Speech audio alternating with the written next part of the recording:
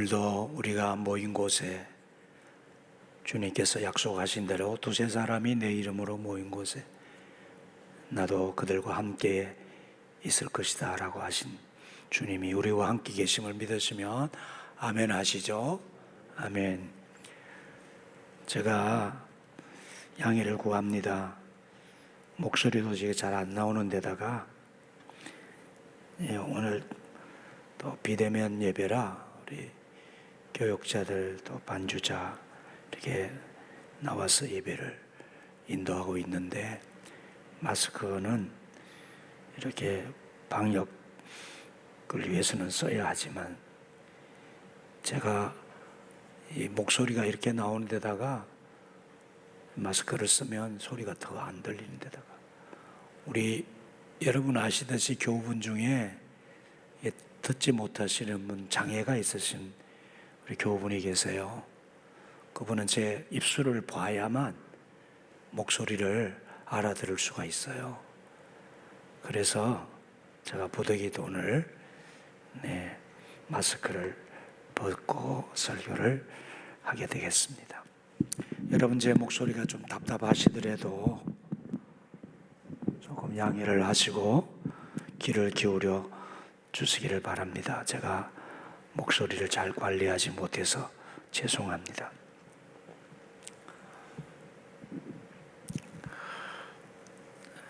이렇게 전면 비대면 예배를 우리가 선제적으로 드리게 되면서 또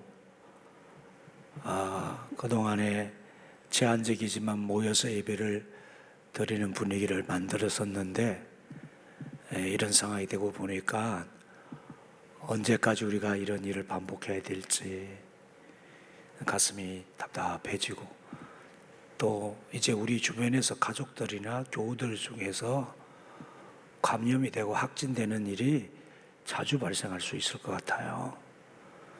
이제 자주 활동을 하다 보면 그렇죠. 언제 확진이 될 줄 모르는데 참 어떻게 해야 될지 우리 주님께서 하나님께서 긍휼을 베풀어 주셔야 되지 않겠습니까? 더 간절히 기도해야 되는 우리가 아닌가 생각이 되어집니다. 지난 주간에 또 한 사람이 스스로 목숨을 끊었다는 소식을 듣게 됩니다. 온 나라가 성남시 대장동 사건으로 인해서 시끄러운 이런 상황 속에서 유한기 전 성남도시개발공사 개발사업본부장, 당시 성남시장 직무 대행을 했던 분, 지금의 포천도시공사 사장으로 있는 분이 대장동 뇌물 의혹 혐의로 구속영장이 청구된 날 법원에 구속실질심사를 오는 14일 받기로 되어 있는데 이날을 앞두고 지난 금요일 아침에 자택 인근 아파트 단지 화단에서 숨진 채 발견되었다는 뉴스입니다. 근자에 들어 범죄와 연루된 자들이 갑자기 죽음으로써 그 죄를 확인도 심판도 못하게 되는 일을 두고 자살이냐, 자살을 위장한 타살로서 소위 자살을 당하다라는 표현으로 사람들의 입에 오르내리는 그런 일이 너무 자주 발생하고 있습니다. 이를 두고 정치권에서 몰래 암약하고 있는 비밀 결사 조직들이 있는 것이 아닌가 하는 말들이 나돌 정도가 되었습니다. 참 이상하고 이상한 일입니다.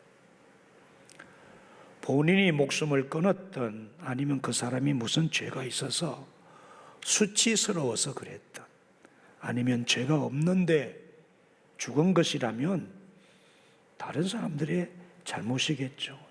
이 사회나 다른 사람들. 아니면 누가 자살을 시켰거나 자살을 위장한 결사 조직의 일이거나 다 모두가 인간들이 만들어내는 죄악들입니다. 이 죄악들이 만들어내는 불행한 일들이에요.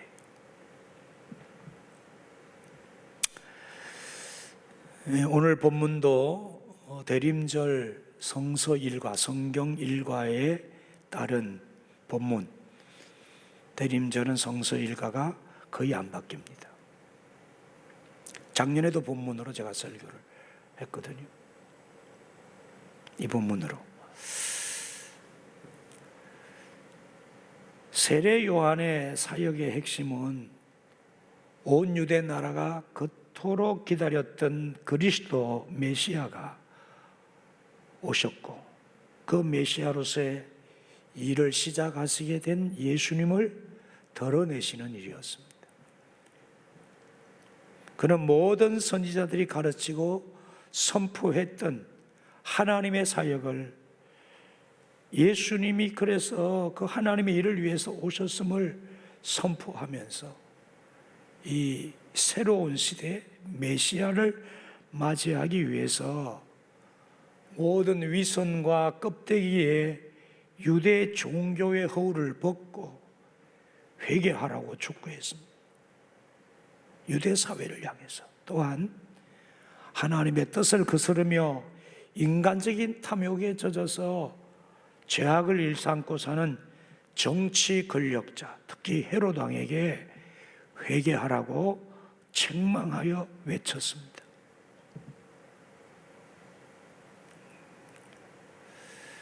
이렇게 회개하라고 촉구하는 일은 예나 지금이나 참 어려운 일이에요.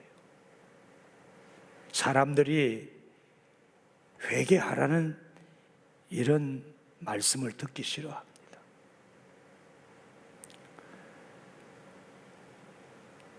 교인들조차도 이런 설교나 설교자를 별로 선호하지 않습니다. 세례 요한이라는 이 사람, 이 선지자는 누구입니까? 하나님의 구원 사역은 여러분 어느 날 갑자기 순간적으로 이루어지지 않았습니다. 하나님께서 친히 준비하셨습니다. 예수님 태어날 당시 유대교 제사장이었던 아버지 사가랴와 어머니 엘리사벳의 그 예수님이 태어나시는 해에 몇 달 앞서 같은 나이로 세례 요한이 태어나게 하시고 그 가정에서 훈련을 시키시고, 그리고 마지막 선지자로서의 예수님을 드러내시는 사역을 이룬 그런 하나님이 준비하신 사람이었습니다.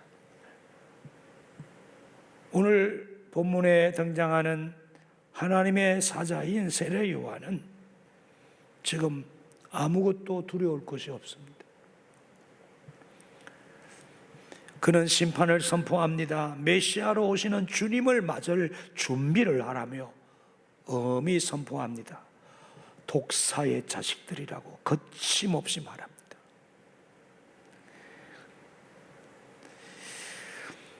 그러나 세례 요한의 이 책망은 책망 자체가 목적이 아니에요. 돌이켜서 하나님의 뜻을 따름으로 인하여 하나님께서 주시고자 하시는 참되고 아름다운 삶을 살아가라는 것이죠. 참된 구원을 이루라는 것이죠.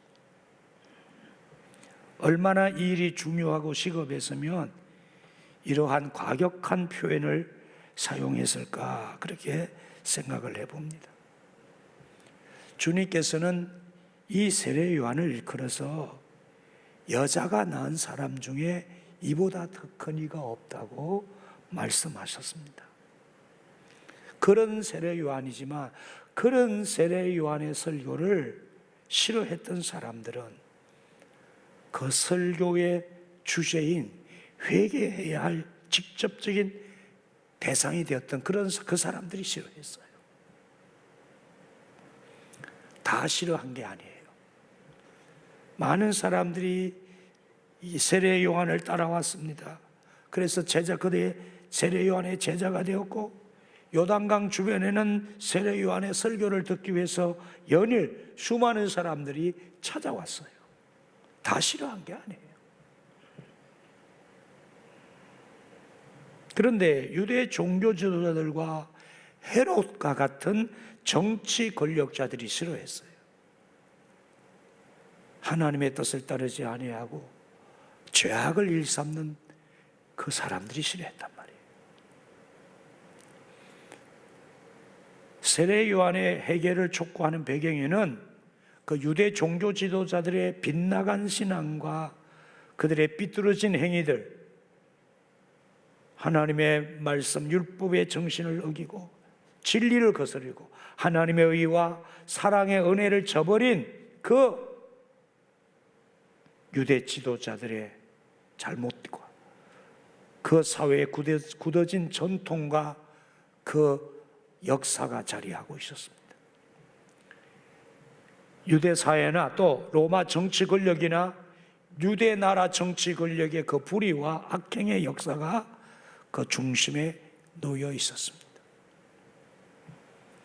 이러한 죄악을 꾸짖으며 회개를 촉구한 세례 요한은 유대 종교 지도자들로부터의 미움을 받았고 결국 헤롯의 명령에 의해서 목이 잘려 순교를 하게 되잖아요.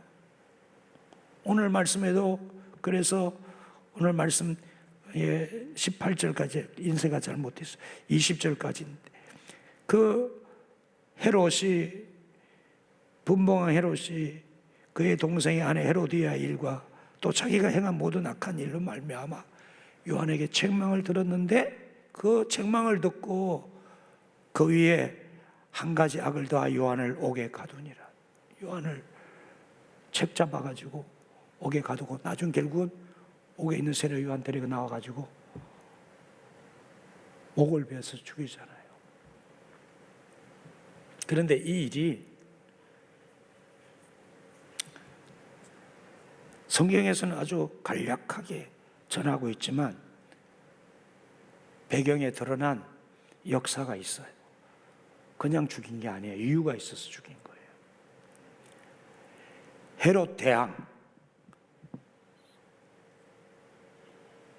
헤롯 대왕의 세 아들 분봉왕 헤롯 아켈라와 헤롯 안티파스와 헤롯 빌립이 있었습니다.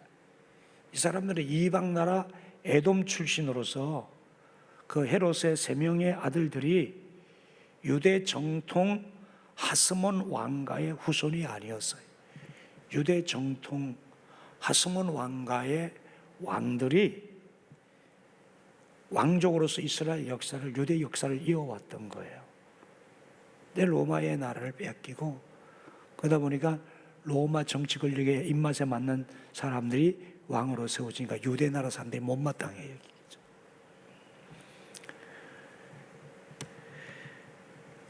이 사람들이 활동하는 것들을 보면서 유대 정통 하스몬 왕가의 혈통이 끊어져 버렸는가라고 궁금하실 분들이 있을 겁니다.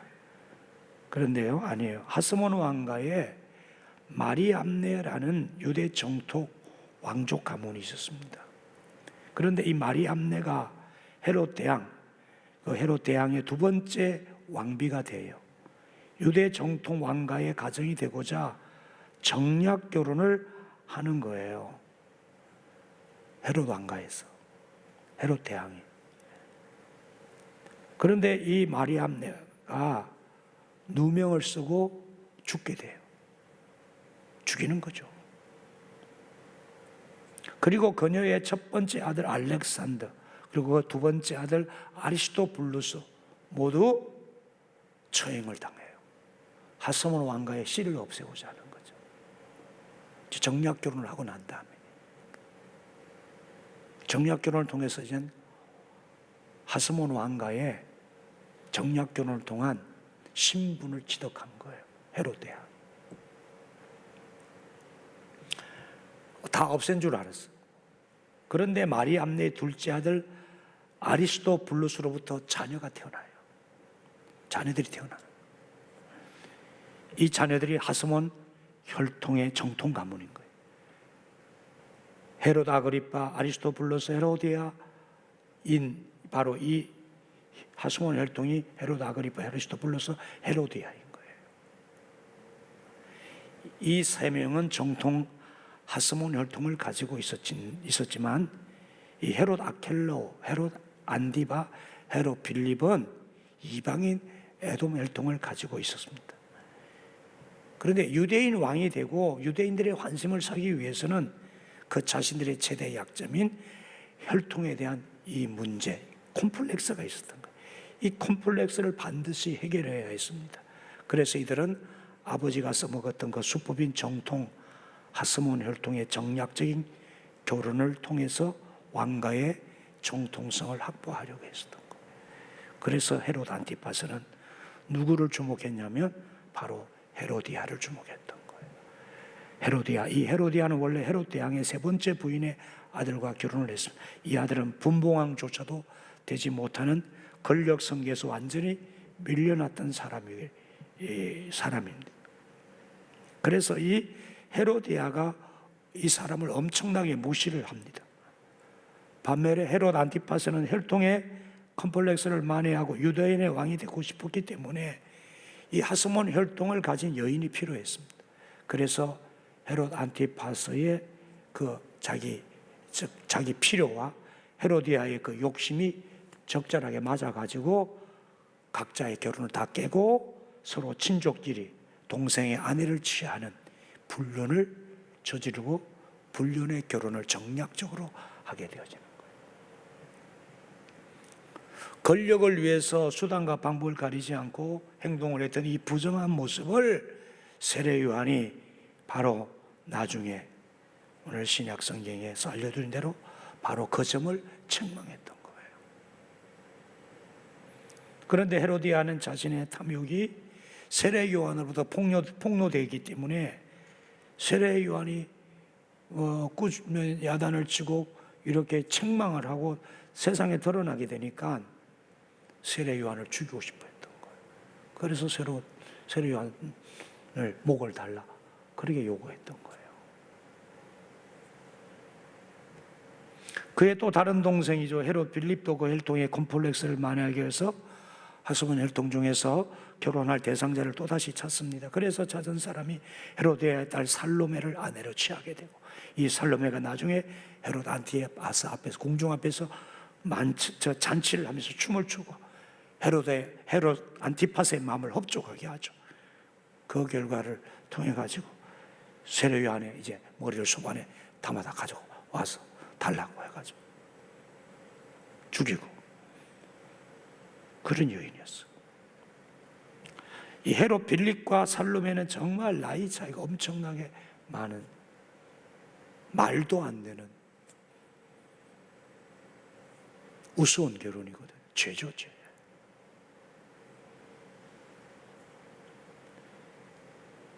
뭐 요즘 말로 원조 교제 수준 뭐 그 정도로 얘기하죠. 예. 이런 도덕과 윤리와 정의를 내팽개치는 죄악을 이 헤롯 왕가에서 저지르고 있었던 거예요. 다시 말씀드리지만은 세례 요한의 설교가 정치적입니까? 정치적이 아닙니까? 교회에서 다시 말씀드리지만 이건 다 역사를 말하고 교회는 성경은 다 정치 말하고 있어요.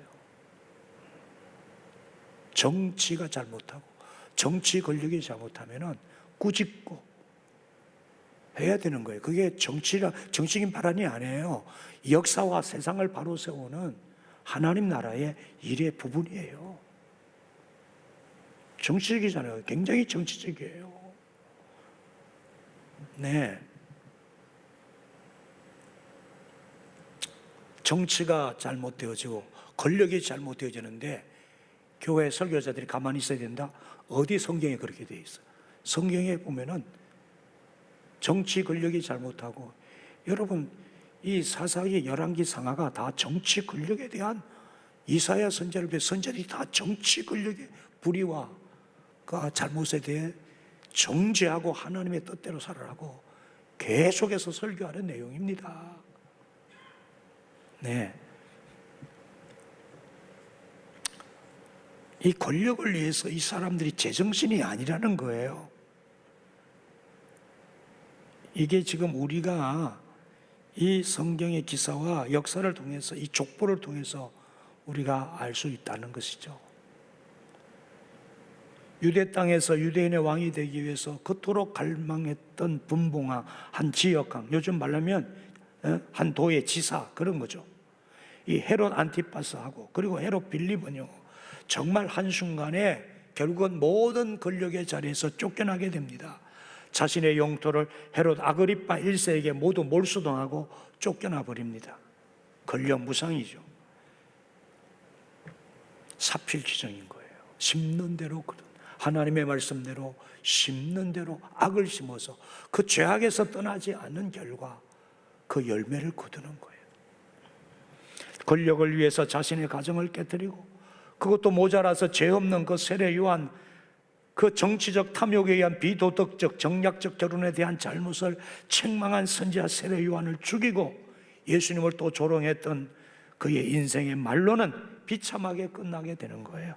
이 죄악을 회개하지 아니한 헤롯 안티파스와 헤롯 빌립과 그의 아들 헤롯 아그리파 2세의 생애와 최후를 하나님은 심판으로, 하나님의 심판으로 성경은 기록하고 있습니다. 사도행전 12장 23절에 그 후손이, 그 헤롯 아그리파 2세도 뭐라고 하나님의 심판을 전하고 있습니까? 헤롯이 영광을 하나님께로 돌리지 아니하는 거로 주의 사자가 곧 친히 충이 먹어 죽으니라, 이렇게 전하고 있어요. 하나님의 심판을 받았다는 거예요. 죄를 돌이키지 아니하고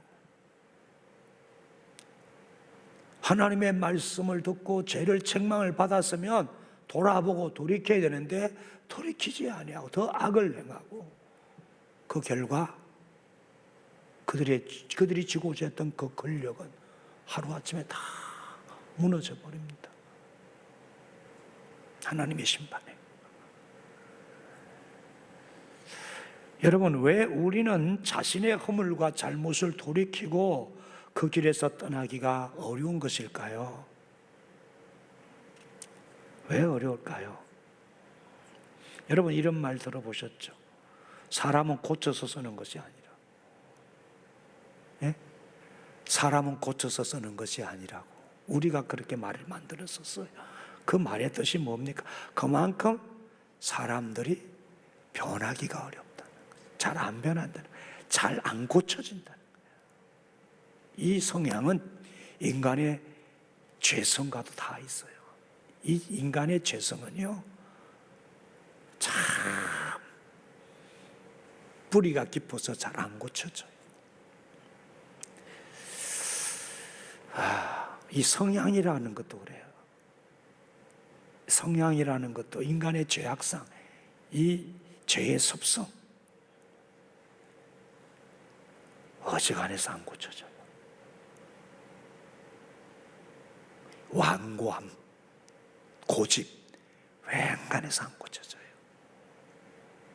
그렇죠?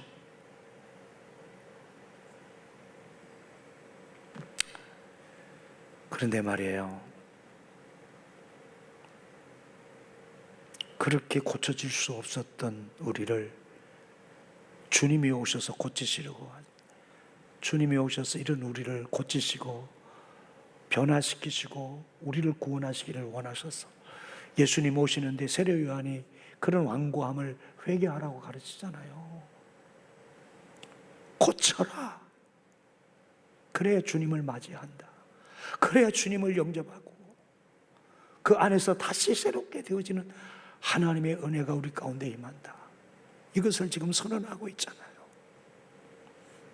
그런데 그 예수님을, 그 주님을 이 완고했던 바울이라는 사람, 사울이라는 사람은 율법에 똘똘 뭉쳐 있었고 자기가 가장 똑똑했고 자기가 가장 앞으로 유대 사회의 지도자가 될 사람으로 가장 자신만만하게 살았던 그 사울, 도저히 바뀔 것 같지 않았던 그 사울이 예수님을 만났습니다.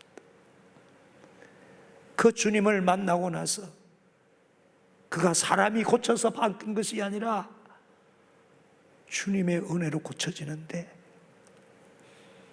그가 완전히 박살이 납니다. 자기로 똘똘 뭉쳐 있었던 사울이 박살이 나고 그 안에 주님의 은혜가 채워지고 주님이 들어왔을 때에 그 사울이, 그 바울이 예수 만난 이후에 자신의 삶의 변화에 대해서 이렇게 고백하잖아요. 고린도서 5장 17절에 누구든지 그리스도 안에 있으면 새로운 피조물이라. 누구든지 그리스도 안에 있으면 새로운 피조물이라. 이전 것은 지나갔으니 보라 새 것이 되었노라. 그렇게 바뀔 수 없었던 자기가 부활하신 예수님을 만나고 그 예수가 누군지 알고 그 예수가 나의 메시아요 나의 구원자가 되어졌을 때 그리스도 안에 있으면 새로운 피조물이라. 이전 것은 지나갔으니 보라 내가 새 것이 되었노라. 사람 안 바뀝니다. 예수 믿어도 내가 그리스도 안에 온전히 있지 않으면 안 바뀝니다.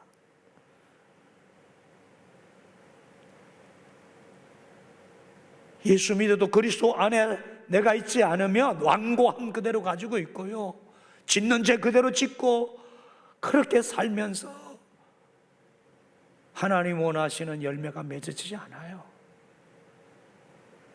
그냥 종교인으로 사는 거죠. 종교인으로.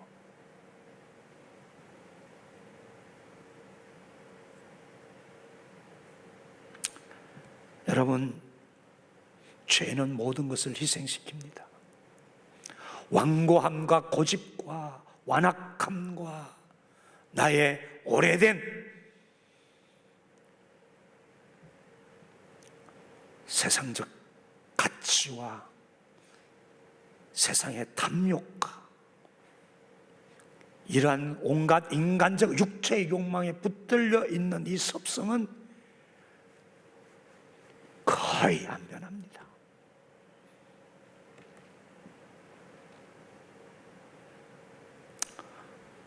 주님의 음성을 들어야 합니다. 너희들 바뀌어져야 된다. 회개해라. 돌이켜라. 만약에 그렇지 아니하면 도끼가 나무 뿌리에 이미 놓여있다. 하나님의 징계와 심판을 반드시 받는다는 말씀이잖아요. 이 헤롯 왕처럼, 유대의 역사처럼 오늘 우리가 주님 오실 날을 준비하면서 이 시대적 상황 속에서 우리는 지금 주의 종들을 통하여 선포되는 말씀과 성령님께서 우리 내면에서 말씀해 주는 말씀과 이 역사를 통해서 하나님이 말씀하시는 음성을 듣고 회개해야 될 게 무엇인지를 봐야 됩니다. 돌이켜야 될 일이 무엇인지, 왜 오늘 우리가 이런 예배를 드리는 것이 일상이 되어야 되는지, 우리를 향해서 주님이 무엇을 회개하라는지, 우리 교회를 향해서, 이 민족과 역사를 향해서, 이 정치 권력자들을 향해서, 이 세상 지도자를 향해서 주님이 무엇을 회개하라고 하시는지를 들어야 하는데, 주님 말씀하셨습니다. 사람이 온 천하를 얻고도 제 목숨을 잃으면 무엇이 유익하겠느냐? 사람이 무엇을 주고 제 목숨을 바꾸겠느냐라고 말씀하셨습니다.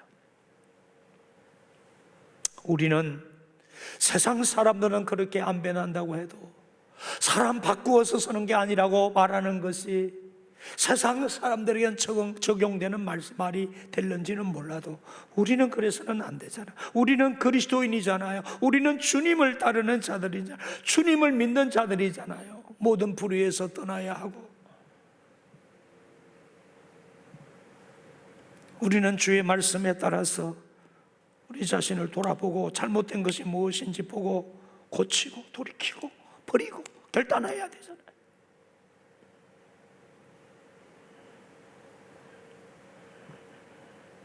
우리는 주님의 은혜로 그리스도로 말미암아 변화될 수 있는 자들이잖아요. 아니, 변화되었다면 날마다 또 변화되어 가야 되잖아요.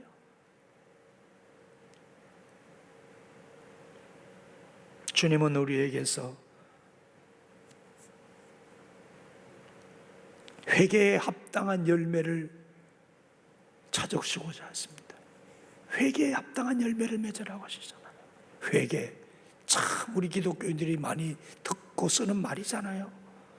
그런데 우리에게 회개가 뭘까요?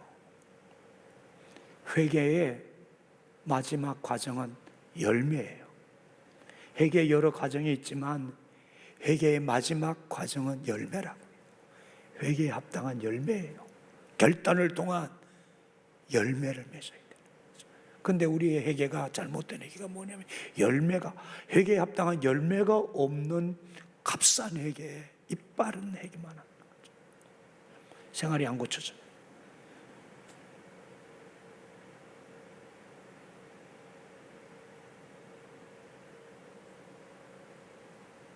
여러분, 죄가 하나님의 진노를 초래한다고 믿습니까? 믿으시면 아멘 하시죠. 죄가 하나님의 진노를 초래한다고. 아멘 있습니까? 그렇다면 진노의 나를 위해 진노를 쌓는 것이야말로 얼마나 어리석은 일입니까? 그런데 우리는 이 어리석은 생활을 계속해야 되는 것입니까? 말이 아니잖아요. 하나님을 두려워하고 하나님의 진노를 두려워한다면 빨리 그 길에서 벗어나야죠. 미친 짓이죠. 알면서도 그대로 그 길을 걷는다는 것은 미친 짓이죠. 여러분, 죄의 쾌락을 계속해서 누리면 값비싼 대가를 치러야 합니다. 이런 말이 있다고요. 결단하지 않으면 결단당한다.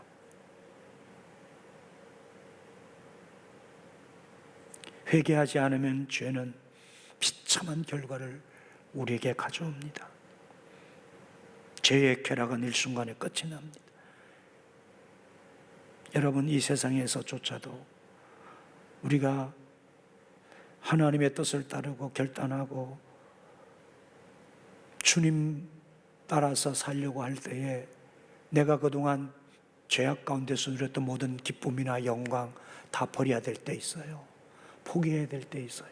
그러나 버리는 만큼 주님을 따르는 기쁨과 영광은 더 크다는 사실을 여러분 아셔야 합니다. 아십니까? 오늘 여러분 평양 본문의 말씀도 참고하는 말씀으로 여러분이 들으셔야 되는데, 서바냐서 말씀, 유다에서 활동하던 서바냐 선지자는 정결을 갈망합니다. 하나님의 백성된 자들, 우리의 행위가 하나님 앞에서 거룩해지기를 소망합니다.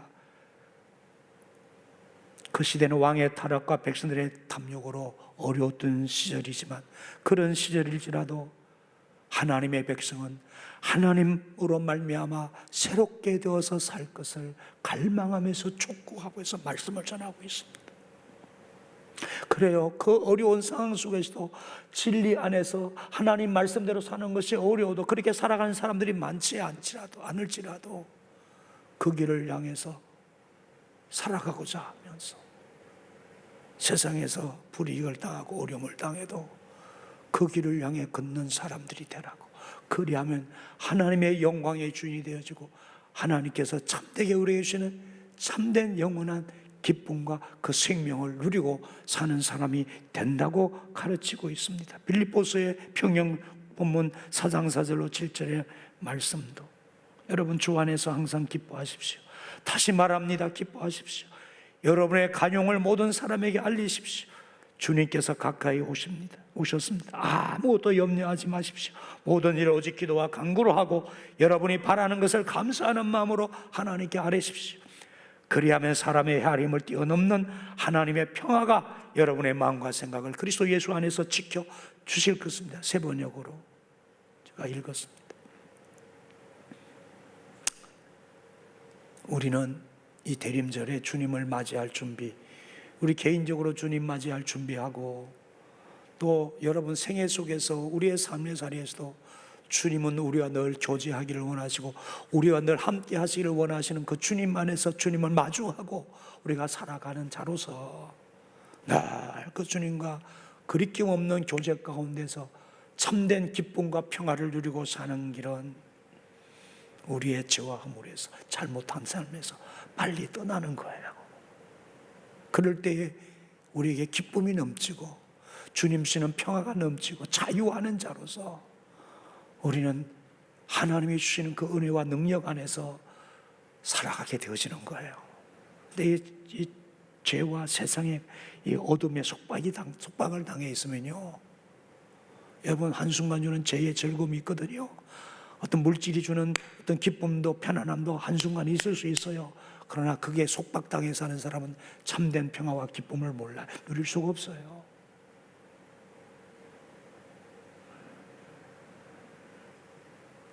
그래서 대림절은 희망의 절기예요. 슬픔보다는 기쁨을, 절망보다는 희망을 노래하는 절기입니다. 바울은 요한으로 말미암아 우리에게 주어진 복음 때문에 우리가 이렇게 기뻐할 수 있다고 말합니다. 주님 한 분 바라보고 주님 안에서 살아갈 때에 세상 사람들이 알 수 없는 기쁨과 평화를 누리고 살아갈 수 있는 우리 존재에 대해서 말하고 있는 거예요. 그리스도인의 존재에 대해서 말하고 있는 거예요. 여러분, 그러므로 이 대림절 기간에 오늘 사도 요한을 통해서 세례 요한을 통해서 선지자 세례 요한을 통해서 우리에게 주시는 이 말씀 다시 우리가 받으면서 날마다의 새로운 결단, 내 속에서 작은 것이라도 하나님 앞에서 잘못 살아가고 있는 부분도 있다면 그거 우리가 결단해서 벗어버리고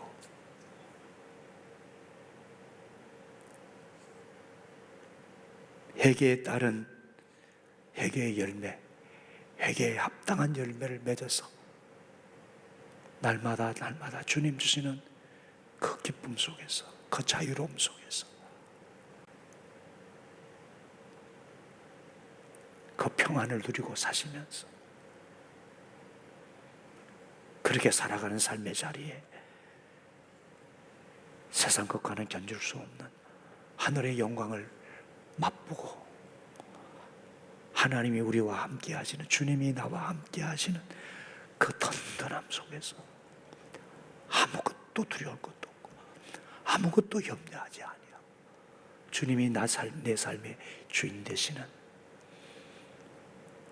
그러한 우리 그리스도인들로 살아갔으면 좋겠습니다. 주님의 원하심이 아니겠습니까?